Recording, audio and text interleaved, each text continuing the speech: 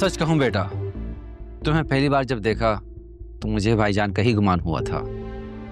और तुम्हें देखकर मेरे दिल ने कहा मैं तुमसे मिले बिना यहाँ से नहीं जा सकूंगी। बताया था मेरी माँ ने मुझे कि मैं खूब अपने मरहूम बाप जैसा लगता हूँ। आप लोग मेरी माँ को क्यों तलाश कर रहे थे? तुम्हें कैसे पता? तुम्हें कैसे पता? क्योंकि मैं आप लोगों को तलाश कर रहा था। क्यों? पहले मैंने पूछा, तो आप बताएं। क्यों निकाला था उस बहू को जिसे कम हैसियत जानकर आपने घर से बेघर कर दिया, ये जानते हुए भी कि वो आपके बड़े बेटे के निकाह में है और प्रेग्नेंट भी।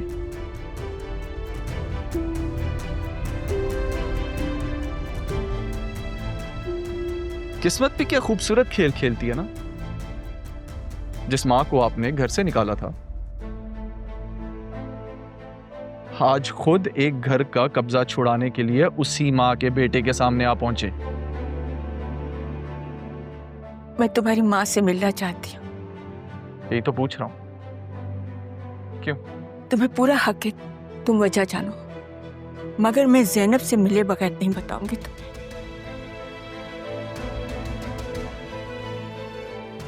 क्या तुम अपनी माँ से मुझे मिलवा सकते हो? पूछूंगा उनसे, अगर उन्होंने इजाजत दी तो जरूर।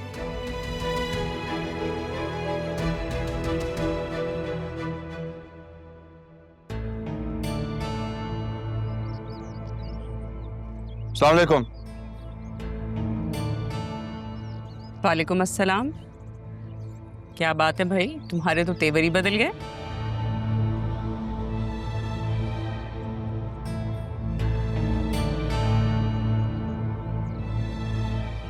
मैं कुछ समझा नहीं। समझ तो तुम गए हो।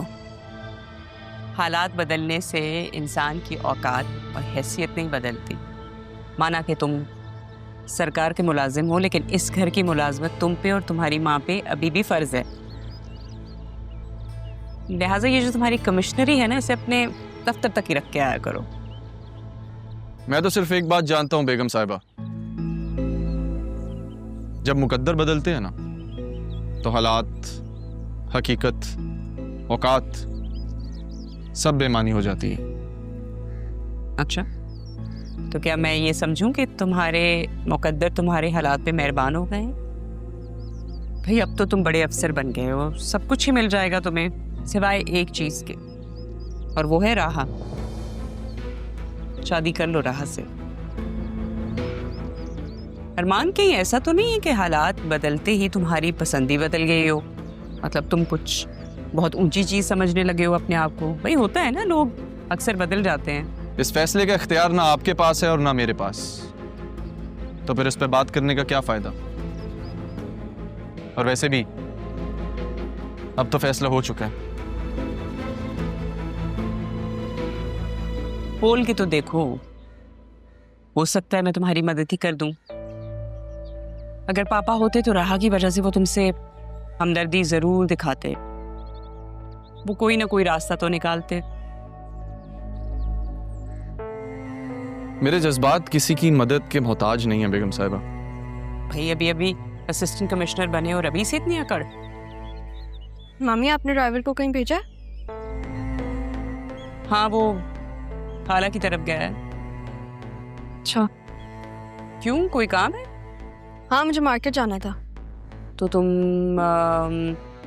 अरमान के साथ चली जाओ, अच्छा है, थोड़ा बाहर निकलोगी, उदासी तुम्हारी थोड़ी कम होगी। काफी दिनों से तुम कमरे से बाहर नहीं निकली, इसके साथ चली जाओ।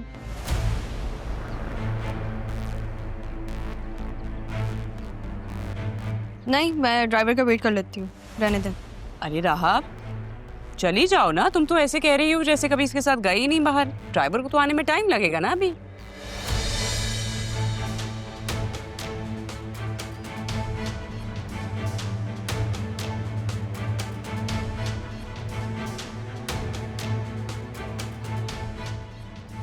मैं फिर बतूल को भी ले जाती हूँ। बतूल घर पे नहीं है, जाओ तुम इसके साथ। ठीक है।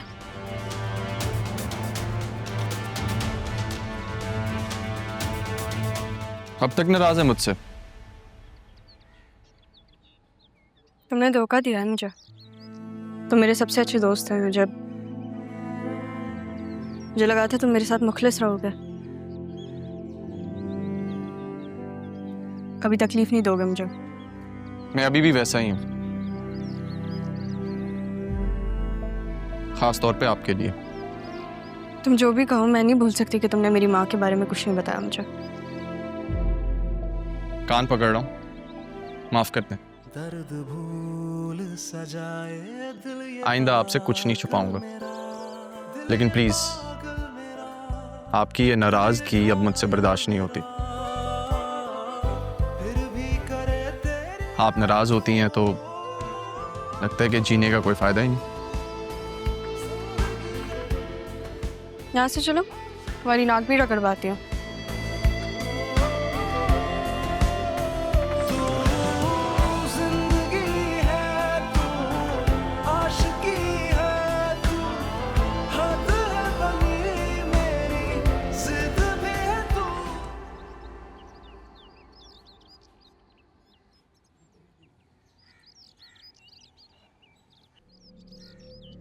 कहाँ जा रहे हो तुम दोनों?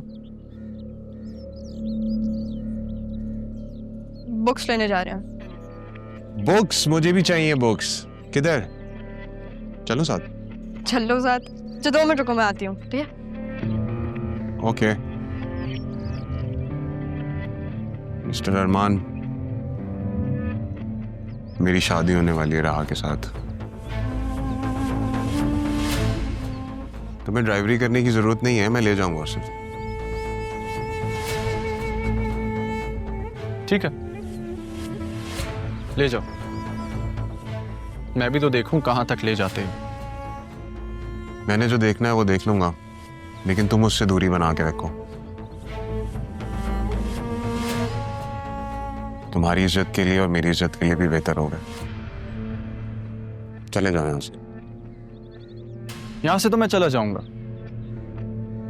लेकिन याद रखना, वक्त सबका आता है और अब मैं अपने वक्त पे आऊंगा। ठीक है, जाओ, अपने वक्त पर आना।